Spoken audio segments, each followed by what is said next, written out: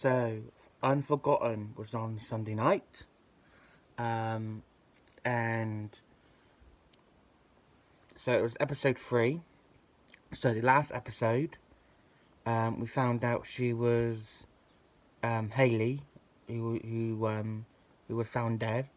She was cleaning a holiday home instead of her friend, and all the families we've been seeing in episode 1 and 2 are all connected because they were all staying there at the time, and the one that booked the room was Jamie, who's a TV presenter, and his mates and families, Tim, the doctor, Chris, the painter, and Pete, the accountant. The complaint against the doctor went no further, and then Jamie went in to talk to the police because last time they went to his house and he said that he'll pop in and see him. So he done that, wrote a statement about what happened on when they was away, and when he saw the picture of the girl, he had a flashback of a hand and blood. The TV, after leaving the police, the TV presenter rang the doctor to give him the heads up and told him what he told the police, so all the lads could say the same story.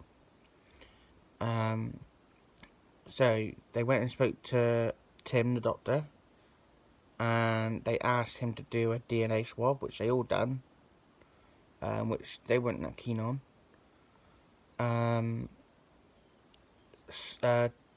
Sony went and spoke to Pete, which is strange because he was walking the dog by the beach. How the hell would Sony know where he was unless he contacted him before? Because when he turned up, Pete's face was like a picture, so he couldn't have contacted him beforehand. And all the lads are covering each other's tracks. And then they went and spoke to an ex-wife who was there. I can't remember whose ex-wife it was, saying that they had a party and they was on coke and they was arguing and all that. So she had a very different story to the rest of them. Then it got really interesting. Oh God, excuse me. Yeah, it got very interesting. When the pub Hayley was working at on the night she was killed, the landlord thought he saw her leaving just after midnight.